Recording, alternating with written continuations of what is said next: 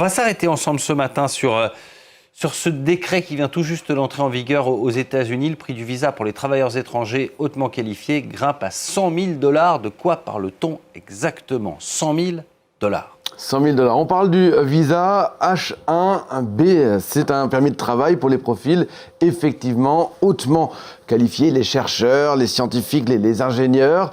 Un visa qui est extrêmement utilisé, surtout dans la Silicon Valley. Chaque année, environ 85 000 travailleurs étrangers viennent aux États-Unis grâce à ce visa qui peut être également renouvelé. La plupart des demandes sont donc des renouvellements. Jusqu'ici, la demande elle coûtait quelques milliers de dollars en frais administratifs, mais pas grand-chose. Désormais, pour toute nouvelle demande, effectivement, ce ticket d'entrée il va coûter 100 000 $ et le décret est entré en vigueur dès dimanche soir, quasiment du jour au lendemain. Mais alors, pourquoi une telle hausse? Christophe, quelle est la logique affichée par Washington? C'est l'argent? Non, c'est la protection du marché du travail américain. L'idée, c'est de pousser les entreprises à embaucher d'abord des Américains et limiter ce que l'administration décrit comme des abus du système H1B. C'est des explications que donnait notamment le secrétaire au commerce américain qui était derrière Trump au moment de la signature qu'on voit ici sur ces images. Et alors évidemment, ce nouveau tarif a suscité beaucoup de réactions. D'abord en Inde, qui est très concernée parce que 7 titulaires du visa H1B sur 10 sont indiens. Il y a aussi pas mal de Chinois. Et le reste, sont beaucoup moins, les autres nationalités sont beaucoup moins représentées. New Delhi a officiellement fait part de ses inquiétudes. L'organisation patronale du numérique indien, la NASSCOM, parle d'une décision brutale qui perturbe les projets des entreprises et demande un délai de transition. Il faut imaginer des familles entières qui se sont retrouvées presque coincées parce qu'elles étaient un peu dans l'incertitude. Des ingénieurs qui devaient voyager, qui étaient priés par leurs employeurs de ne plus sortir du territoire américain sous peine de ne pouvoir revenir parce que c'était un peu la confusion tout le week-end. Il y a des entreprises qui pèsent un point important aux États-Unis, c'est les entreprises de la tech. Qu'est-ce qu'elles en disent? Là aussi, réaction assez immédiate, même si les grands patrons n'ont pas vraiment fait part de leur réaction sur les réseaux sociaux. Mais on est très loin de l'image du dîner qu'on voit ici là, sur les images.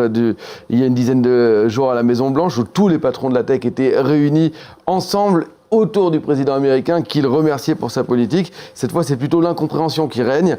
Les grands groupes comme Microsoft, comme Amazon, comme Meta redoutent une perte d'attractivité ou un coup dur pour le recrutement de talents. Beaucoup ont conseillé à leurs employés étrangers, parce que c'était l'incertitude tout le week-end, de ne pas voyager par crainte de se retrouver bloqués à l'extérieur du pays ou même à l'intérieur.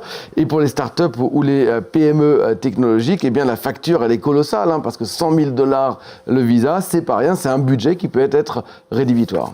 Et avec un risque d'effet boomerang sur l'économie américaine. C'est ce que ces patrons disent, et les experts aussi, puisqu'ils estiment que cette décision elle pourrait dissuader les entreprises à recruter des talents étrangers, alors que la concurrence mondiale, eh bien, elle est déjà rude, entre l'Europe, le Canada, Singapour aussi.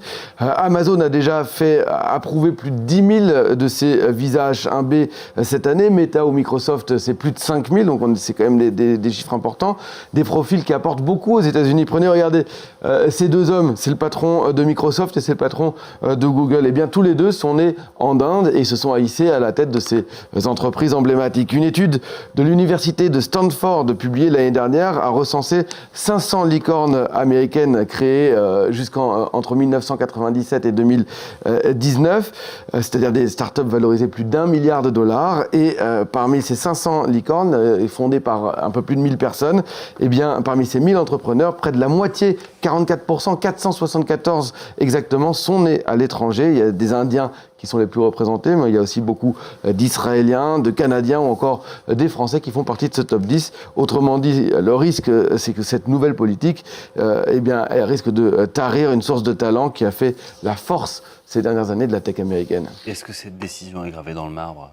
Eh bien, comme plusieurs décisions de Donald Trump ces derniers mois, il y a des doutes sur la légalité même du décret. La fixation de frais de visa ne peut pas dépasser en général ce qui est nécessaire pour couvrir les coûts du traitement administratif. C'est ce que dit la loi. Un tarif de 100 000 $ pourrait être jugé excessif. Des recours juridiques ne peuvent donc pas être exclus dans les prochaines semaines. En attendant, eh bien, le décret il s'applique avec un certain flou, il faut le dire. Et pour les milliers de travailleurs étrangers dans la tech, eh bien, c'est tout simplement la grande incertitude.